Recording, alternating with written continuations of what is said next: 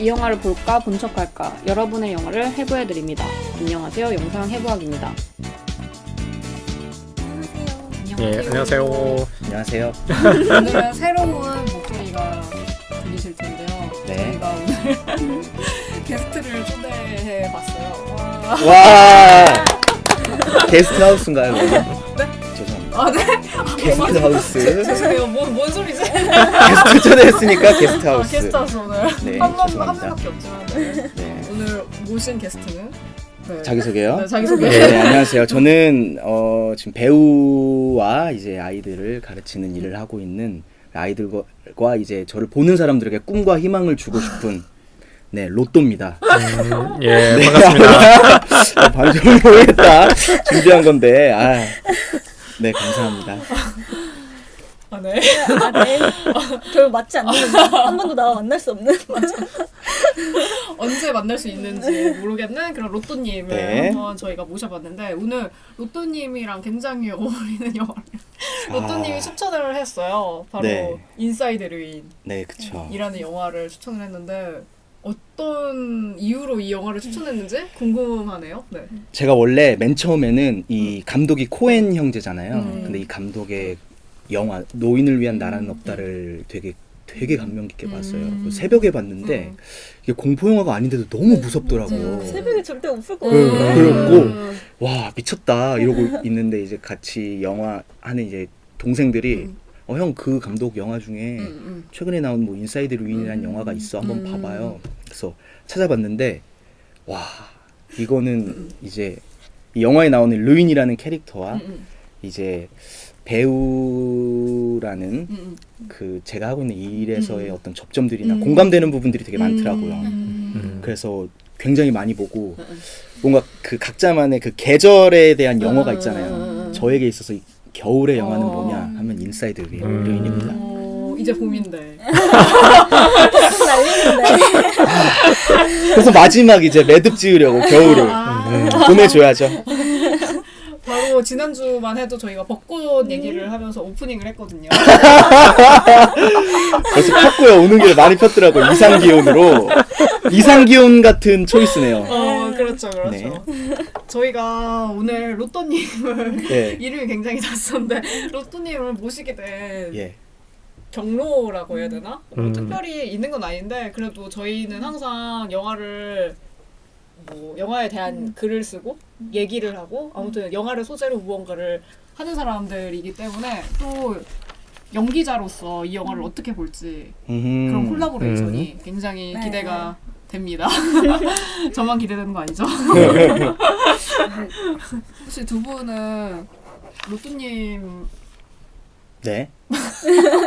로또님에 대해서 뭐 궁금한 점이나 그런 거 없으신가요? 예, 좀 이야기하면서 흘러가 보기로 할게요. 갑자기 너무 갑자기 훅 던지고 뭐 시력이 몇이세요? 뭐 이런 걸 물어볼 순 없으니까. 아니 갑자기 저만 말하는 것 같아가지고 예. 또 지난번에 저희가 김경덕 배우를 초대를 네. 했었잖아요. 네네네. 그쵸. 그때랑 또 다르게 로또님은 가명을 쓰셨기 때문에 또 질문을 하기 좀 예, 좀 난감하네요. 수월한 것들이 있는 것 같아요. 그렇죠. 네, 죄송합니다. 그래서 저희가 원래 하는 대로 저희의 첫 문을 여는 완벽한 스포일러를 한번 해보도록 하겠습니다. 예, 제가 인사이드 루인의 간략한 이야기, 뭐 줄거리 정도 그 정리를 하면서 출발하면 좋을 것 같아요. 지금부터 스포일러를 남발하오니 주의하여 들으세요. 뉴욕의 이제 겨울밤입니다.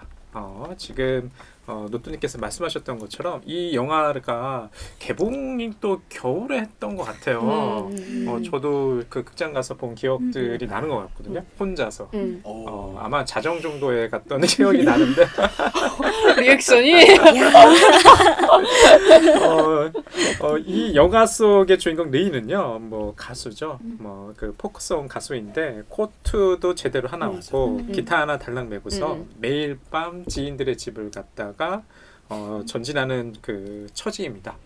뮤지션, 그 다음에 예술가라는 자의식이 있지만 자신이 듀엣으로 활동하던 파트너는 거리에서 거리가 아니죠. 어디 다리에서 이제 자살을 하고요. 그렇지. 예. 인사이드 느인이라는 그 솔로 앨범은 팔리지도 않은 채 먼지만 수북히 쌓여가는 그런 상황이에요. 그러다가 우연히 오디션 얘기를 듣게 돼요. 그 시카고의 유명한 음악 프로듀서인 버드 그로스맨이 자신한테 연락이 왔다는 그 소식 하나를 듣고서요. 그 뉴욕에서 이제 시카고로 그 떠나게 됩니다. 주로 지금 보면은 이 영화 속에서는요, 첫 장면과 이제 마지막 장면이 거의 비슷해요. 그쵸. 여기 1900 몇 년인가요? 61년에 뭐, 게스통? 거기 하나의 카페를 갖다가 배경으로 펼쳐지게 되는데요. 여기는 뭐 실존했던 뭐 카페이기도 하고, 포크송 역사에서 굉장히 중요한 카페라고 하더라고요.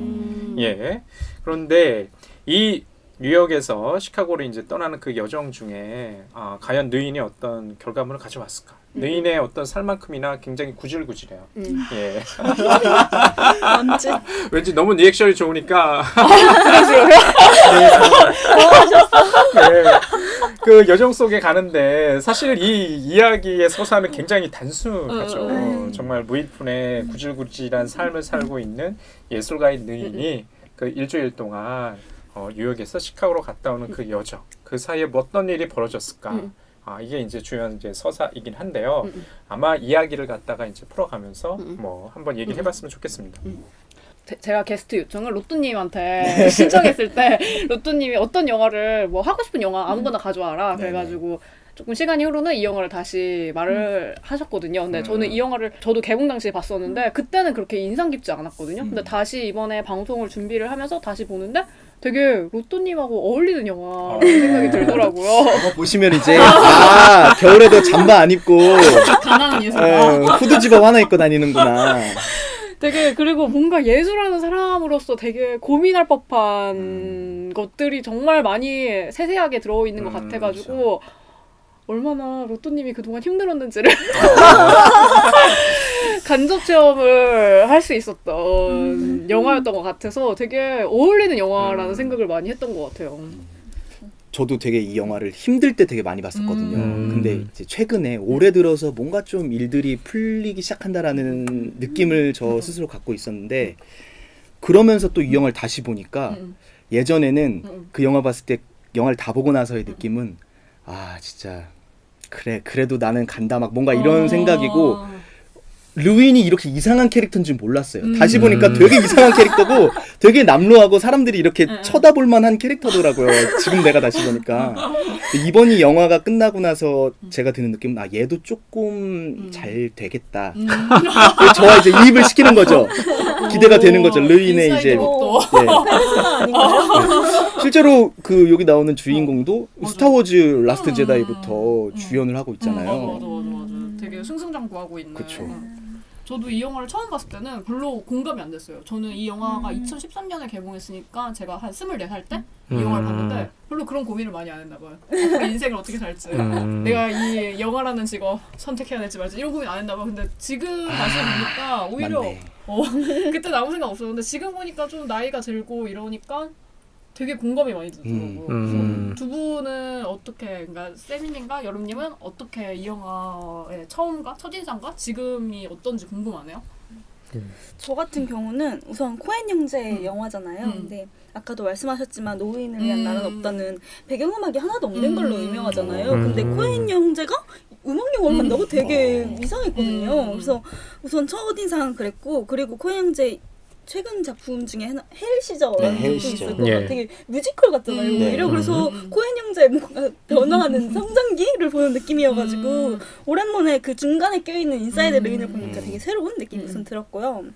저 같은 경우는 이게 꼭 예술인한테만 해당되는 문제는 아닌 것 같다라는 생각이 들더라고요. 그냥 이걸 우리 아빠한테 보여주고 엄마한테 보여주고 할머니한테 보여줘도 다 공감할 수 있는 얘기인 것 같아요. 근데 오히려 그게 예술이라는 음악이라는 보편적인 소재를 통해서 풀어내는 거니까 그래서 오히려 더 공감대를 쉽게 살 수 있는 게 아닐까라는 생각이 들어가지고 또 이 시기 때 또 비긴 어게인 막 그때였잖아요. 음악 영화들이 좀 많이 나오던 근데 시절이었어. 오히려 그래서 이게 묻힌 것 같다라는 생각이 들더라고요. 맞아. 인사이드 네임보다는 비긴 어게인이 더 흥행했으니까. 맞아. 세미님은 어떠셨어요? 첫인상과 지금 이 느낌? 두 번 볼 땐 좀 다른 것 같다는 생각을 했어요. 그러니까 인사이드 네임 같은 경우 저는 뭐 감독의 명성에 이끌려서 그 당시에 봤던 기억들이 나거든요. 뭐 코엔 형제 워낙 유명하고 하지만 그럼에도 불구하고 많이는 좀 보지 않았던 것 같아요. 저 같은 경우는 파고 정도를 그 이전에 봤었던 것 같고 그 이후에 이제 극장 가서 이제 인사이드 네임을 봤죠. 인사이드 네임에 대한 어떤 평가들은 다 격찬이에요. 맞아, 이 영화 맞아, 좋다. 맞아. 근데 저는 아까 그 제이님께서 그런 말씀하셨잖아요. 이 영화 처음에 나왔을 때 과연 잘 모르겠더라. 근데 저도 그렇거든요. 그런데 왜 이렇게 사람들은 네이버 평점부터 비슷해 이렇게 다 별점들을 날리는 걸까? 잘 모르겠더라고요. 근데 두 번 보니까 이 영화가 그 각색도 보면 코엔 형제가 같이 했잖아요. 정말 시나리오도 잘 짜여져 있고 좀 진지하게 영화를 고민해 볼 사람들이라면 좀 볼만한 영화 아닐까라는 생각들을 가졌어요. 그 저는 아까 여름님께서 꼭 예술하는 사람이 아니어도 이제 보면 좋겠다라고 말씀하셨잖아요. 근데 제가 이번에 다시 보면서 그 미국의 1960년대를 그 시대적 배경을 찾아봤어요.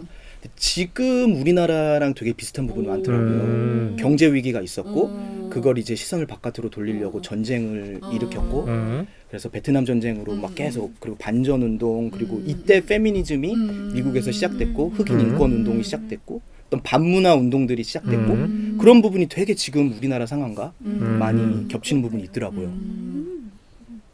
되게 현 시대에 걸맞는 현 시대 동시대 영화긴 하지만 하지만 거기에 그리고 되게 호평을 받았던 그래서 되게 상도 많이 받았어요. 칸 영화제에서 심사위원 대상도 받고 뉴욕 비평가 촬영상 비평가 협회 촬영상도 받고 또 전미 비평가 협회 작품상 감독상 나무주연상 촬영상 되게 많은 사람들도 되게 많이 좋아했던 영화라서 되게 기대가 많이 되는 시간입니다. 그리고 무엇보다 로또님이 추천한 영화이기 때문에 어떤 로또를 가져다 줄지 굉장히 궁금한 6, 8, 9, 11, 14 하나 적으세요. 되게 기대가 되는 영화입니다. 그래서 이 영화를 보면 저는 처음 봤을 때 가장 기억에 남는 그러니까 조금 시간이 흘렀는데도 불구하고 기억나는 장면이나 인상 같은 게 있으면 저는 고양이예요. 맞아요. 고양이가 너무 귀엽잖아요. 그리고 표정도 너무 뭐라고 하지? 연기를 제일 잘하는 것 같아요. 되게 오묘한 표정을 짓는 그 장면이 너무 기억에 많이 남아가지고 이 고양이가 그리고 또 이 영화에서 되게 중요한 역할을 하잖아요. 그래서 이 고양이에 대해서 한번 얘기를 하면 좋을 것 같다는 생각이 많이 들더라고요. 그래서 이 고양이의 귀여움 말고 고양이의 다른 면에 대해서 얘기를 한번 해볼까 합니다. 저는 단순히 그냥 이 영화를 조금 고양이가 책임감이라고 해야 되나? 좀 반려동물이라는 인식이 약간 그렇잖아요.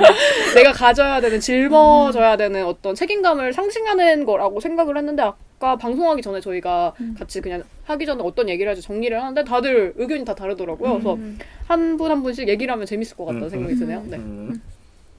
저 같은 경우에는 아까 이 르인의 캐릭터에 엄청 몰입하셨다고 로또님이 하셨잖아요. 그래서 제가 그냥 장난으로 뭐 페르소나인가요? 막 이렇게 말을 했는데 저는 르인의 페르소나가 고양이 같다라는 생각을 되게 많이 했어요.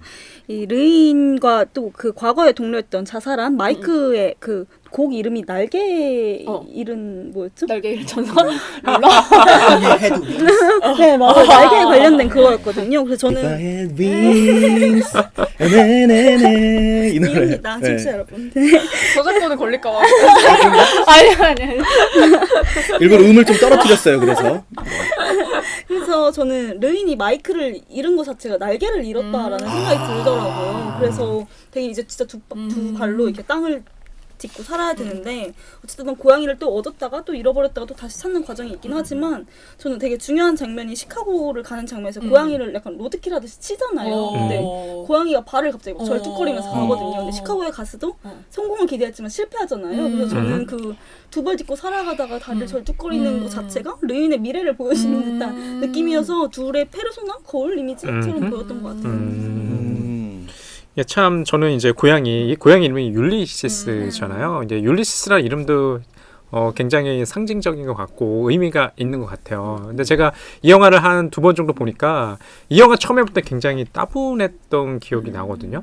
물론 코엔 형제의 명성에 이끌려서 이 영화를 선택을 하긴 했지만 그 당시에는 어떤 느낌이었냐면 이게 참 겨울밤 춥기도 추운데 이 영화를 보고 있는 나는 더 춥다. 혼자 보셨나요? 예, 혼자 봤죠. 보면서 이 영화를 보고 있었어요. 그런데 이 영화를 방송을 준비하면서 보니까 굉장히 좀 재밌다는 생각도 있었고 심지어는 좀 웃기다는 생각도 좀 들었어요. 맞아요. 특히 이제 고양이 율리시스와 관련해서는 이 르인이 어떻게 보면 이제 거리에 있는 고양이 한 마리를 갖다가 좀 데려가잖아요. 똑같이 생겨서. 근데 못 알아볼 줄 알고 데려가는데 그 교수의 그 사모님께서 깜짝 놀라면서 자기네 고양이 아니라고 우리 고양이는 수컷이라고 얘기하잖아요. 근데 느인이 데려온 고기는 암컷이었던 거죠. 근데 거기서 저는 엊그저께 보면서 빵 터졌어요. 어떻게 보면은 그 위기를 갖다 모면하려고 그냥 데려갔던 것도 안 도와주는 거죠. 안 도와줘요. 자, 그런데 고양이와 관련해서 이제 제가 얘기 드리고 싶은 것은 이 고양이 이름이 이제 율리시스라는 건데 아까도 여러분께서 뭐 거울 이미지 같다고 말씀을 하셨어요. 근데 저는 뭐 반드시 거울 이미지와 같은 것들은 모르겠지만 느인의 어떤 그 이야기 속에서의 행적이라는 것들 보면은 뉴욕에서 시카고 갔다가 다시 시카고에서 뉴욕으로 돌아오는 그 다음에 처음에 시작했던 그 가스통 그 카페인가요? 그 카페에서 출발해서 다시 또 돌아오는 이런 회기를 갖다가 보여주는 것 같아가지고요. 고양이가 좀 비슷한 것 같아요. 긴 여행을 마치고 이렇게 돌아온다는 회기라는 면에서는 예. 로또님은 네. 귀여운 고양이에 대해서 혹시 하실 말씀 있으신가요? 이제 저도 처음에 봤을 때 이게 영화 구조가 너무 특이하잖아요. 그리고 그 정중앙에 이제 고양이가 도망치면서 나온 거여서 막 네이버에 쳐봤어요. 이 고양이의 의미는 뭘까? 약간 저 그런 거 궁금해해가지고 막 봉준호 감독의 영화에 막 산내추억 막 그런 거 쳐보잖아요. 그래서 쳐봤는데 막 해석이 분분하더라고요. 근데 이번에 한 10번 정도 이 영화를 봤거든요. 저는 딱 보면서 느껴지는 게 뭐냐면 이번에 영화를 보면서 가장 크게 느껴졌던 건 이제 영화에 등장하는 다른 캐릭터들이 루인을 쳐다보는 시선들과 그걸 좀 의도적으로 오래 잡는 그런 게 느껴졌는데 유일하게 율리시스만 루인과 같은 곳을 바라봐 주더라고요. 이 영화 안에서. 맞아. 그래서 말씀하셨듯이 여름님 말씀하셨듯이 이거는 루인의 어떤 그런 다른 자아 그리고 또 그 집 안에서 고양이가 몰래 도망쳐 나오면서 여행이 시작되고 그리고 루인이 이 영화에서 가장 뭔가 저에게 약간 4D처럼 다가오는 그 부분 어디냐면 시카고 도착해가지고 이제 그 커피 먹으러 거기 대기하러 가는데 눈에 발 팍 빠지잖아요. 와, 제일 찝찝한 거 아시죠? 그거 양말이랑 신발 다 젖는 거. 그 느낌이었거든요. 근데 아까 다리 쩔뚝거린다고 말씀하셨을 때 루인이 왼발을 빠뜨렸는데 고양이도 왼발을 쩔뚝거린 것 같아요. 같이 10번을 봤는데 진짜로 그랬던 것 같아요.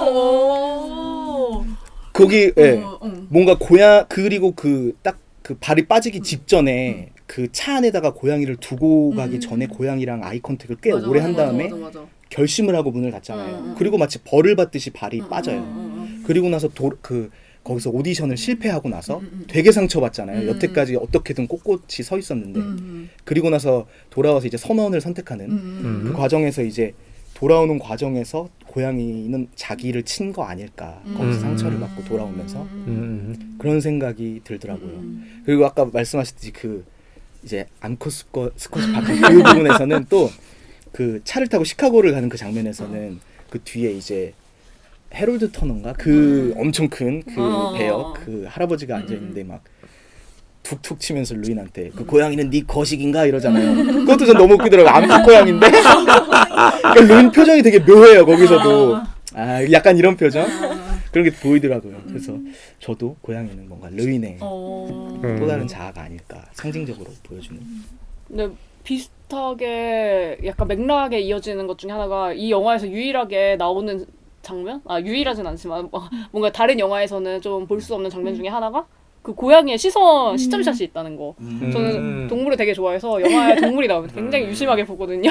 지하철 타고. 근데 보통은 고양이의 그냥 고양이라든가 강아지, 동물들이 되게 소비되는 경우가 많은데 이 영화에서는 그 고양이의 시선이 나오더라고요. 아까 말씀하신 것처럼 그 지하철 타고 갈 때 이 흘러가는 지하철 역들을 보는 게 마치 르인이 아니라 고양이가 바라보는 듯한 음. 느낌을 줘가지고 정말 로또님 말한 대로 같은 곳을 바라보고 있는 느낌을 주는 것 같더라고요. 그래서 세 분의 공통적인 의견은 어떻게 보면 고양이가 또 다른 자아? 약간 이런 거라고 본다면 저희 4월 주제랑 되게 맞는 것 같아요. 내 자신에 대한 거짓말이라고 해야 되나? 저희 4월 주제가 거짓말이거든요. 그것도 그렇게 들려요. 그래서 되게 아까 계속 고양이에 대해서 얘기를 하다 보니까 저희가 영화의 구조에 대한 얘기도 많이 하게 되는데 이 영화 보면 되게 구조가 특이해요. 처음과 끝이 저는 같다고 생각했는데 아니라고 말씀해 주시는 분이 있어가지고 저는 같다고 생각을 해가지고 이 영화가 어떤 루프의 구조? 그래서 마치 맞아요. 이 동그랗게 굴러가는 원에서 르인이 잡고 이탈하려고 하는데 결국엔 다시 또 이렇게 다시 원으로 들어와서 돌고 도는 거를 보여준다는 생각을 했는데 이 구조에 대해서도 되게 세 분의 의견이 다 다른 것 같아요. 그래서 이 구조에 대해서도 한번 얘기를 하면 좋을 것 같다는 생각이 듭니다. 저 같은 경우에는 처음에 첫 장면 봤을 때 그냥 되게 폭행하는 그 장면으로 시작하는 말씀하시는 거죠. 근데 그 장면에서 왜 맞는지 전혀 유추가 안 되는 거예요. 왜냐면 뭐 말을 왜 그렇게 해? 약간 이런 식으로 하는데 말을 어떻게 했는지 모르겠는 거예요. 그래서 뭐지? 라고 진행됐는데 그러고 나서 갑자기 임신했다고 진이 얘기를 하잖아요. 그것도 되게 진이 뭐 짐과 사귀고 있고 이게 되게 설명이 약간 부족한 상태에서 갑자기 그렇게 선언되거든요. 그래서 저는 이거 되게 이해하기가 힘들었는데 이야기가 진행되면서 오히려 그 처음에 나왔던 폭행신이 마지막에 또 등장하고 또 임신 한 번에 진의 임신에서 또 다이앤의 과거의 임신이 또 등장을 하면서 그 루프의 구조를 만들어내면서 오히려 이야기가 설명이 된다라는 생각이 들더라고요. 근데 저 같은 경우에는 그 폭행 첫 장면이 그냥 르인의 꿈이라고 생각을 했어요. 그래가지고 장면 자체는 같은데 꿈과 현실로 구분되어 있구나. 그 약간 예지몽처럼 꾼 게 아닐까라는 생각이 들더라고요. 또 폭행 장면 이후에 또 그 교수의 집에서 깨어나는 르인으로 시작이 돼서 이게 꿈이라는 생각이 들었고 임신 같은 경우에도 같은 임신인 줄 알았는데 한 번은 출산을 했고 나도 모르는 출산을 했고 한 번은 낙태를 아직 하진 않았지만 낙태를 예정하고 있잖아요. 그렇게 뭔가 같은 현상인 것 같음에도 뭔가 질의 차이가 있는 것 같아가지고 저는 이 영화가 루프이면서도 자꾸나 계속 이탈하면서 다른 이야기를 하고자 하는 영화가 아닐까라고 생각했던 것 같아요. 그러니까 이 영화가 좀 특이한 게 이 영화를 처음 보시게 되면은 첫 시퀀스와 마지막 시퀀스 특히 그 교수 댁에서 머물다 자고 일어나는 그 장면 이후에 거의 비슷해요. 근데 처음에 볼 때는 저는 그렇게 느꼈던 것 같아요. 그냥 시퀀스와 마지막 첫 시퀀스와 마지막 시퀀스가 같지 않나? 같다고 느꼈었는데 분명히 이 영화 속에서는 그 두 번째 시퀀스, 마지막 시퀀스가 다르거든요. 초대를 받고 싸웠던 교수 댁에 다시 가서 하룻밤을 갖다 묵고서 나올 때 고양이도 같이 빠져나오려고 하거든요. 근데 처음에는 그 고양이가 도망치죠. 그런데 마지막 그 시퀀스에서 이제 보시게 되면은 고양이가 나오려고 하니까 툭 발로 밀어내서 못 나오게 하거든요. 느인이. 자, 그래서 보면은 분명히 처음에 보여지는 그 느인보다는 마지막에 보여지는 느인이 어떤 식으로 좀 달라진 것 같아요. 중요한 것은 이 영화가 좀 재밌으려면은 느인이 점점 이 이야기 속에서 그 변해간다는 게기보다는 어떤 차이나 이런 틈들을 발견하시는 게 굉장히 재미난 것 같아요.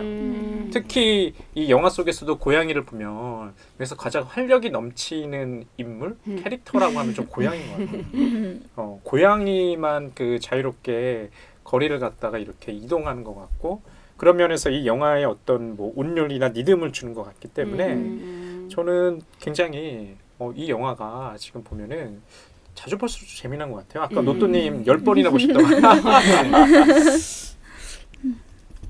로또님은 이 구조? 네. 이 네, 아까 말씀드렸다시피 저도 처음 봤을 때 이거에 대해서 또 검색을 해봤어요. 검색충처럼. 그리고 이제 이 영화를 본 친구들하고 얘기를 되게 많이 했었는데 제가 어제 다시 보면서 느꼈던 부분하고 지금 방금 말씀해 주시는 걸 들으면서 좀 생각나는 게 있는데 혹시 이 고양이와 함께하는 그 장면들은 혹시 다 르윈의 꿈이 아닐까? 라는 생각이 지금 딱 들더라고요.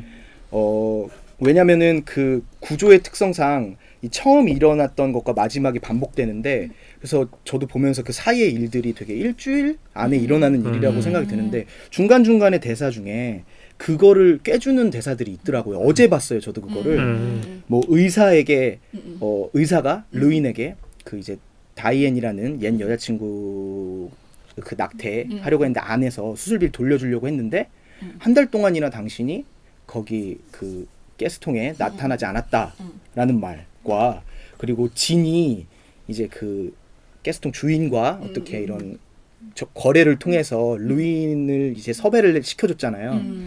그러면서 이제 루인과 나누는 대화에서 루인이 이제 진에게 나 거기 한 달 동안 안 나갔어. 근데 어떻게 내가 거기 공연을 가? 이런 대사가 있더라고요. 그래서 이거 뭐지? 라는 생각이 보면서 들었거든요. 뭔가 아직 확실히 정리가 되진 않았는데 어떤 시점들이 그래서 이제 그래서 딱 결론적으로는 고양이와 함께한 것들이 루인의 꿈이고 그게 아니면 어떤 상징적인 것들 자기의 그 시카고 갔던 곳 돌아온 어떤 그런 것과 그 고양이와 함께 생겨난 어떤 그런 일들은 어떤 그런 게 아닐까라는 생각이 들더라고요. 그래서 왜 또 그러냐면 그 고양이를 이제 진의 집에다가 데려다 놓고 또 고양이 얘기가 됐네요. 구조에 약간 좀 이렇게 세요. 아니 괜찮아요. 괜찮아요? 편집 가능합니까? 어쨌든 이렇게 막 그 임신을 시켰잖아요. 그러면서 이제 계속 막 더블 콘돔 쓰라고 막 하면서 엄청 욕을 하는데 그리고 나서 다시 찾은 고양이는 암컷이란 말이에요. 그거에 대한 의미도 있지 않을까라는. 그래서 네 끝입니다. 네. 되게 뭔가 미묘하게 셋 다 의견이 다른 것 같아서 좀 재밌는 것 같아요. 저는 이 영화를 봤을 때 되게 계속 이 구조를 계속 이 루인이 돌고 돈다? 돌고 돌 거라고 저는 생각을 했거든요. 그러고 끝맺음을 했다고 생각을 했는데 그게 되게 그래서 저는 로또님과 어울린다는 생각을 했거든요. 아니 뭔가 예술가로서 뭔가 꿈을 쫓아야 향해서. 되나 아니면 현실에 안주하면서 내가 그쵸. 해야 되는 책임져야 되는 일들을 해야 될까 했는데 되게 그런 고민 많이 하잖아요. 그러니까 맞죠. 내가 어찌됐든 우리는 부자가 아니고 금수저가 아니니까 돈은 벌어야 되고 엄마 아빠의 압박과 약간 그런 제 얘기 아니에요? 갑자기요?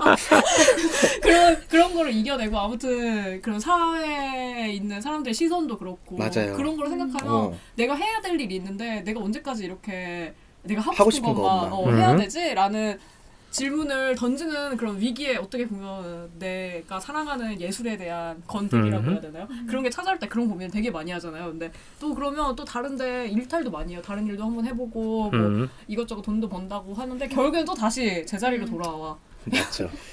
약간 그런 게 되게 로또님과 어울린다. 라는 생각이 들어서 되게 저는 그래서 이 영화 안에 이 루인이 하지만 계속 행복할 수 있진 않을까? 라는 생각은 저는 들어가지고 결국엔 영화도 나왔잖아요 이렇게. 그래서 뭔가 계속 예술을 하는 사람들의 모습을 보여주는 것 같아가지고 저는 그렇게 생각을 했는데 또 세 분들은 꿈이라는 얘기도 있고 또 뭐 성장했다고 말씀하시는 분도 있고 그래가지고 되게 각기 다른 의견이 되게 재미있는 영화라는 생각이 드는 것 같네요. 그러니까 이 영화 속에서 보면 능인의 삶이라는 것도 자신이 추구하려고 하는 그 예술, 그러니까 일치하지 않기 때문에 오는 그 괴리감, 그 다음에 그 고통이 있어요. 그래서 그 굴레에서 좀 빠져나가려고 하잖아요. 아버지의 직업이었던 선언을 다시 한번 해보려고 하는데 그것도 뭐 도와주지 않죠. 진짜 답답하잖아요. 뭐 선언이 되려고 했더니 그 협회 그 회원비가 밀려있을 때 그 돈을 내야 된다. 돈을 완납했더니 그 항해증을 가져와라. 알고 봤더니 항해증을 누나가 버려버렸어. 또 돈 내야 된다. 이러니까 포기하잖아요. 그러니까 이 사람은 어쩔 수 없이 다른 삶을 갖다가 꿈꾸려고 하는 그 순간 다시 예술가의 삶으로 돌아올 수밖에 없는 그런 것들을 보여주기 때문에 이 영화에 좀 열광하시는 게 노또님 같은 뭐 이런 분들이 좀 열광하는 이유도 좀 있는 것 같아요. 왜냐하면 잘 모르겠어요. 저는 만약에 두 가지가 이렇게 이율 배반처럼 일치하지 않는다면 이것이냐 저것이냐를 선택하는 건 좀 어리석은 것 같고요. 둘 다 가져갈 수는 있죠. 어떡해요? 일종의 비율처럼. 알려주세요. 이 관계 속에서 사유한다고 저는 생각이 들어요.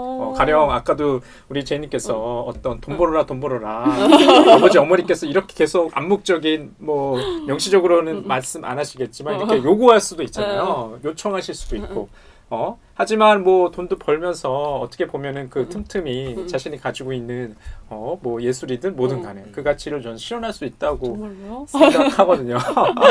그런데 물론 이제 사람이라는 게 그렇잖아요. 약간 주기를 타기 때문에 어느 때는 굉장히 할 수 있어 할 수 있어 이렇게 업되다가도 어느 때는 이제 쭉 가라앉으면서 다운될 수도 있는데 그 진폭을 줄이는 게 가장 중요한 것 같아요. 네, 저는. 멋진 말이네요. 오늘 뭔가 강연 그런 느낌인데. 제가 요즘에 우호적인 사주에 나가잖아요. 그래서 그거랑 자꾸 연결돼서 생각되는 것 같아요. 인생의 리듬. 그거의 극복을 어떻게 할 것인가에 대한 고민을 되게 많이 하게 되네요. 거기서도 사주에서도 이제 추구하는 게 그 진폭을 줄이는 거잖아요. 이렇게 잘하세요? 로또님? 아, 네. 어쨌든 맞는 말씀이시죠. 근데 저는 그 이번에 보면서 좀 달리 보였던 게 그 말씀하셨다시피 루인 예술을 해서 힘들지만 그리고 다른 사람들이 루인을 쳐다보는 그 시선들이 되게 아프게 느껴지더라고요. 막 그리고 지하철에서는 이상하게 어디 갔다가 오는데 똑같은 아저씨를 또 만나잖아요. 그래서 저거는 감독이 생각하는 어떤 저 시대의 미국인들의 표상이 아닐까라는 생각도 들었고, 그리고 이번에 영화에 대한 정보를 찾아보면서 포크송이란 게 이제 미국의 민요라고 하더라고요. 근데 주인공은 또 백인이 아니야. 이것도 뭔가 의도한 게 아닐까라는 생각도 들고, 뭐 웨일즈 출신의 아빠가 선원이고 엄마가 웨일즈 출신이고 뭐 그런 것도 이때 당시가 그 인종차별이 엄청 심했던 때래요. 막 흑인은 따로 화장실을 쓰고 버스에서도 흑인은 앞에 앉으면 안 되고 뒤에 앉아야 되고, 막 그게 이제 뭐 마틴 루터 킹 목사 저희가 아는 그게 이 시대에 이제 막 그분이 이렇게 운동을 하셨다고 하는데, 어쨌든 다시 돌아와서 자꾸 다른 데로 가요. 그래서 근데 이제 루인을 되게 그렇게 쳐다보고 루인을 다 이상하게 여기고 루인만 진짜 혼자 서 있어요. 그나마 같이 가던 듀엣 마이키도 자살을 하죠. 아까 말씀하셨다시피 노래 제목도 If I Had Wing인데 그래서 다리에서 뛰어내렸나 이런 생각도 들고 많은 그거 중에 어쨌든 그런데 딱 그 장면이 저는 이번에 또 새로 보이는 게 카페에서 이게 진과 얘기하는 장면인데, 진이 걱정하듯이 말해요. 너 그렇게 남의 집에서 맨날 전전긍긍하면서 살면서 미래에 대한 계획이 있어? 계획? 그럼 루인이 이렇게 말해요. 계획? 뭐 우주선 타고 그 우주 가는 거 아니면 달나라에 호텔 세우는 거? 그러니까 진이 막 엄청 한심하게 그 멍청이 같은 소리 하지 말라고 하는데, 지금 와서 보면 루인의 생각과 어떤 말들이 다 이루어지고 오히려 그거보다 하늘을 나는 자동차 얘기도 하죠. 더 먼 과학의 발전을 보고 있잖아요, 우리는. 그래서 루인이 그때도 이게 루인이 산 어떤 이 삶이 맞지 않나? 어떤 저희 예술가로서의 어떤 투입이죠. 그런 생각이 들더라고. 나도 지금 내가 이렇게 하지만 나도 언젠가 될 거야. 뭔가 그 이상이 되게 뭐라고 하지? 말도 안 되는 이상일 수 있는데 본인에겐 정말 행복한, 그리고 정말 모든 사람들한테 행복을 줄 수 있는 어떤 꿈을 말하는 것 같아가지고 루인이라는 존재가 우리 세상에 꼭 있어야 되는 거 아닐까? 라는 생각을 많이 하게 되는 것 같아요. 저 닉네임 바꾸겠습니다. 루인으로. 로또님. 네. 로또님의 얘기였습니다. 그래서 아까 로또님이 말씀하신 것처럼 되게 시선에 대한 얘기가 많이 나오는데, 저는 이 영화 보면서 좀 인상 깊었던 장면 중에 하나가 다들 다 자꾸 루인한테 너 집 어떻게 할래? 너 집 어떻게 할 거야? 약간 이런 거나, 그리고 또 그 아까 말씀하신 낯선 사람의 시선, 약간 그러니까 주변 사람들의 시선 같은 거에 흔들리게 될 수밖에 없는 그런 모습이 되게 인상 깊더라고요. 그래서 그런. 근데 저는 그 시선들이 되게 강조되잖아요. 근데 르인이 변화를 하게 된 건 그 시선들 때문이 전혀 아닌 것 같다는 생각이 들더라고요. 그래서 엄청 꿋꿋하고, 그리고 막 되게 멍한 척하면서 은근히 째려보는 그런 느낌의 연기를 막 하시잖아요. 그래가지고 오히려 그거에 전혀 영향을 받지 않고, 오히려 자기가 진짜 그냥 오디션에 떨어지고 나서 그제서야 실패를 체감을 하고, 또 약간 시선이 오히려 멍해 있는 아버지를 보면서 노래를 하고 아버지는 신뢰를 하시고, 그런 게 오히려 시선의 엇나감이 오히려 큰 영향을 주는 것 같더라고요. 그래서 되게 루인 되게 꿋꿋하고 별론데 아닐까라는 생각이 들더라고요. 그러니까 처음 영화를 볼 때는 영화의 처음과 그 마지막은 분명히 누인의 내면에서 변화가 있는 것 같아요. 제가 생각하기에 지금 여러분께서 말씀하신 것처럼 그냥 일주일이라는 시간이잖아요. 아까 뭐 우리 노또님께서는 그게 꿈이 아닐까 이렇게 언급하셨지만 그게 꿈이건 꿈이 아니건 하더라도 어떤 변화가 있어요. 그 변화 속에서 느인이 처음보다는 굉장히 얼굴 표정이 밝아요. 저는 이 영화를 보면서 내내 그 느인 인사이드에서 그 캐릭터인 느인이 굉장히 피곤하다고 보였거든요. 굉장히 피곤하거든요. 잠도 제대로 못 자고. 왜냐하면 뭐 자기가 집도 없으니까 소파에서 자고 그렇죠. 바닥에서 자고 예, 충분히 휴식을 누릴 만한 그런 여유가 없어요. 그런데 분명히 마지막에 그 게스통 아까 그 카페에서 노래를 부를 때는 어느 정도의 여유도 있는 것 같고 좀 그 이 연기하시는 그 뭐 배우의 어떤 그 연기일지 모르겠지만은 좀 달라졌다는 느낌을 확실히 받았던 것 같아요. 그게 그러면 그런 건가요? 처음이랑 마지막이랑 어쨌든 노래 그 행미오 행미라는 노래를 부르는 그 장면은 똑같은데 보는 사람들로 하여금 앞이랑 뒤랑 다르게 느껴지게끔 한 건가라는 생각이 지금 딱 그러니까 아닐 진짜 다를 수도 있고요. 진짜 두 테이크 간 걸 수도 있고. 모르죠 뭐. 그 영화 저는 개봉 당시에 봤을 때랑 또 지금 다운로드해서 봤을 때랑 영화 그 자막에서도 맞아요. 저도 얘기하고 같은 자막을 보셨나봐요. 그래서 그 자막이 나오더라고요. 그 코엔 형제의 의도에 따라서 처음에는 음악을 넣지 않았고 나중에는 음악을 넣었다. 근데 실제로도 그 극장에서 봤을 때 제 기억에 처음에 노래 가사가 안 나왔어요. 그 첫 장면에 그 노래 부르는. 근데 나중에는 나왔던 기억이 있거든요. 그러니까 그런 식으로의 어떤 세세한 연출 같은 것도 있을 수 있다는 생각이 드는 것 같아요. 그렇구나. 그 저는 이제 집 말씀하셨을 때 진짜 처음 보는 사람 집 가서도 자잖아요. 처음 보는 사람한테 하는 질문이 집에 소파 있어요? 이거잖아요. 어디 사냐고 물어본 다음에. 근데 유일하게 환영하고 재워주는 사람들은 교수님, 그 교수 부부인데 그 집에서는 제가 이제 배우를 하니까 아는데 야, 연기 한번 해봐. 뭔가 어떤 술자리에서 나 연기 한번 해봐. 야 뭐 한번 해봐. 이런 거 되게 싫어하죠. 거기 나오는 그 대사 그대로고 난 프로예요. 난 아마추어 아니고 나 이걸로 월세 내고 난 이걸로 밥 먹고 사는 사람이에요. 나 이런 말 하잖아요. 성대모사 내가 이거 기분 점이 있다 할 수도 있어요. 어쨌든 간에 근데 그 교수들도 되게 이렇게 안아주고 재워주는 것 같지만 그 사람들에게 있어 음악과 예술은 르윈이 생각하는 맞아. 예술과의 어떤 맞아요. 좀 갭이 있죠. 그래서 거기서 막 취해서 싸우고 나오고 하지만 또 갈 땐 또 거기밖에 없고 또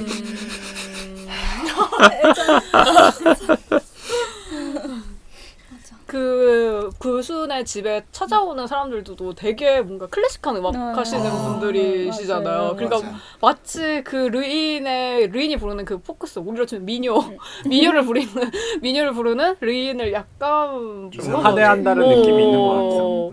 근데 그 마지막 장면에서 르윈이 내려오고 나서 무대 위로 올라가는 사람이 밥 딜런이잖아요. 맞아. 그렇다고 하더라고요. 그제 그 이후로 이제 그 포크송이 어떤 대유행. 되게 뭐랄까 이 영화는 숨은 곳곳에 수수께끼가 그렇죠. 많은 네. 영화인 것 같다는 생각이 들어요. 그렇기 때문에 우리가 다 의견이 다 다르고 물론 비슷한 부분도 있긴 하지만 되게 해석을 다양하게 할 수 있는 되게 재밌는 영화인 것 같다는 생각이 많이 드는 것 같아요. 예술이 아닐까요? 방금 말씀해 주셨던 거를 저는 이번에 그 아까 고양이 이름이 율리시스라고 네. 해서 위키백과에 또 저 검색 중이니까 율리시스를 쳐봤어요.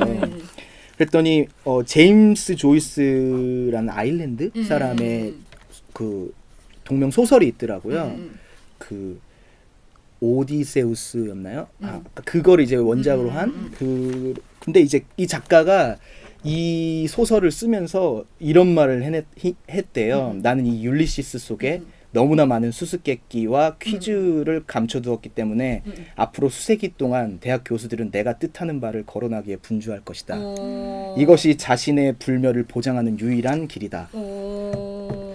이런 말을 했대요. 이 소설을 쓰면서. 그래서 코엔 형제도 자기들의 영화에 어떤 이런 걸 생각하지 않았을까? 라는. 근데 또 웃긴 건 뭐냐면 이 사람이 이 소설의 마지막 페이지에 어떠한 그 부호도 문장 부호를 써놓지 않았대요. 근데 초판에는 엄청 큰 마침표 하나가 찍혀 있었는데 대학 교수들이 몇십 년 동안 이 마침표 하나를 갖고 논문을 쓴 거예요. 연구를. 근데 작가가 그 몇십 년 후에 한 말이 그거는 인쇄 오류. 오류다. 그래서 엿먹은 다들 엿먹은 경험이 있다. 일부러 그런 거 아니야? 라는 어떤 그런 얘기가 있더라고요. 재밌지 않아요? 맞아. 되게 저 이렇게 찾아보다 보니까 이게 인사이드 레인이 이 당시 부국제에서 상영을 했었는데 부국제에 왔던 외국인들이 고양이 이름이 율리시스다라고 했을 때 되게 웃었다고 하더라고요. 그래서 왜 웃었지? 의아하네 약간 그랬는데 말씀을 들어보니까 약간 되게 재밌다. 만약에 코엔 형제가 지금 이 영상 해부학을 듣는다면 웃고 있을 수도 있겠네요. 그렇죠. 못 들을 거예요. 한국어 몰라서. 우리가 영화로 방송하지 않아요. Let me introduce myself. 저희 그래서 이렇게 로또님이 추천한 인사이드 레인을 한번 얘기를 해봤는데 저는 되게 재밌었던 것 같아요. 왜냐면 다들 다른 의견을 갖고 얘기를 하니까 근데 아까 말씀하신 대로 정말 이게 예술이고 정말 영화라는 것이 예술이 아닐 수도 있긴 하지만 영화마다 어쨌든 예술일 수 있는 이유가 이런 게 아닐까라는 생각이 들어가지고 이 인사이드 레인이라는 작품을 오늘 같이 얘기한 것이 되게 뜻깊은 시간인 것 같다는 생각이 많이 드는데 세 분은 어떨지 모르겠어요. 그래서 저희의 필름 필터링 시간으로 한번 판정을 내려보도록 하겠습니다.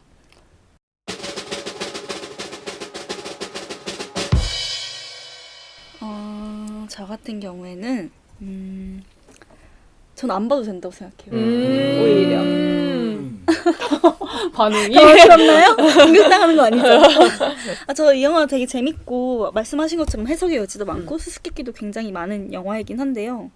오히려 그렇게 수수께끼가 많고 해석의 여지가 많기 때문에 그게 뭐 의미 있는 시간이죠 분명히. 그렇지만 오히려 뭔가 자신의 허황된 이야기만 할 수 있는 영화일 수도 있다는 생각을 해요. 오히려 너무 많은 갈림길이 있어서 뭔가 하나로 의견이 합쳐지는 게 저희가 사실 다 비슷한 얘기를 조금씩 다르게 하거든요. 근데 이게 합쳐지는 게 조금 힘든 영화인 것 같아가지고 꼭 굳이는 안 보셔도 될 것 같다라는 생각이 들고 저는 이 영화가 되게 에피소드 무비라고 생각을 하거든요.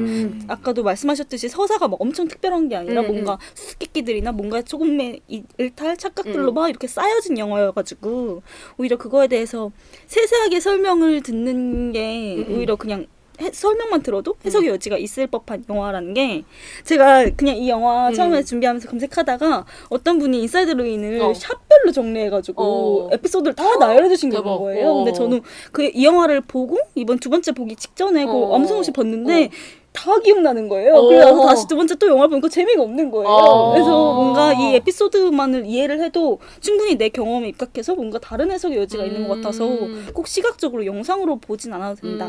그렇지만 음악은 들으시면 좋을 것 같다라고 추천해드리고 싶네요. 그러니까 이 영화는 제가 이제 보니까 그 등장하는 이제 느인이라든지 다른 그 주변 인물들의 목소리가 그렇게 강하지가 않아요.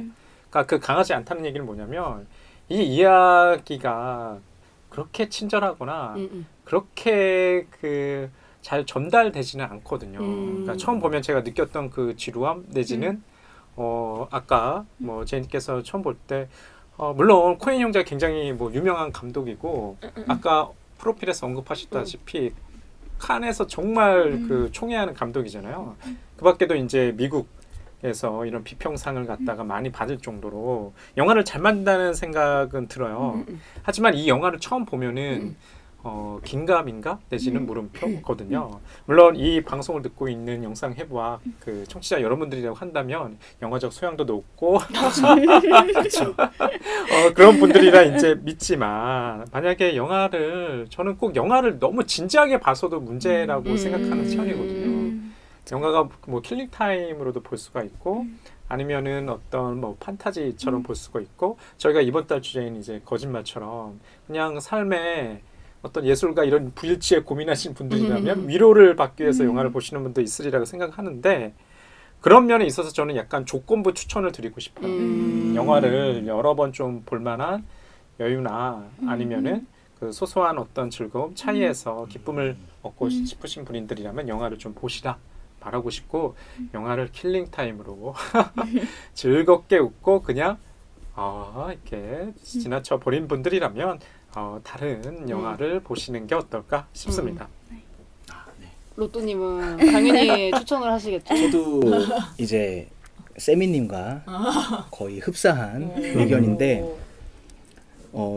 하지만 그렇지만 이 영상의 부학을 청취해 주시는 이제 학식과 박학다식 하시고 영화에 대한 관심과 이렇게 하신 분들은 이 영화를 되게 재밌게 보실 것 같아요. 근데 저는 이번에 볼 때 이 영화가 너무 웃긴 거예요. 여기에 나오는 근데 유머들은 다 미국식 유머거든요. 말 하나로 장난치거나 아니면 완전 가운데 사람 놓고 둘이 떠들거나 그럼 그 사람 표정으로 그럼 미국식 블랙 코미디인데 그게 이제야 보이는 거죠. 왜냐하면 문화가 너무 다르니까.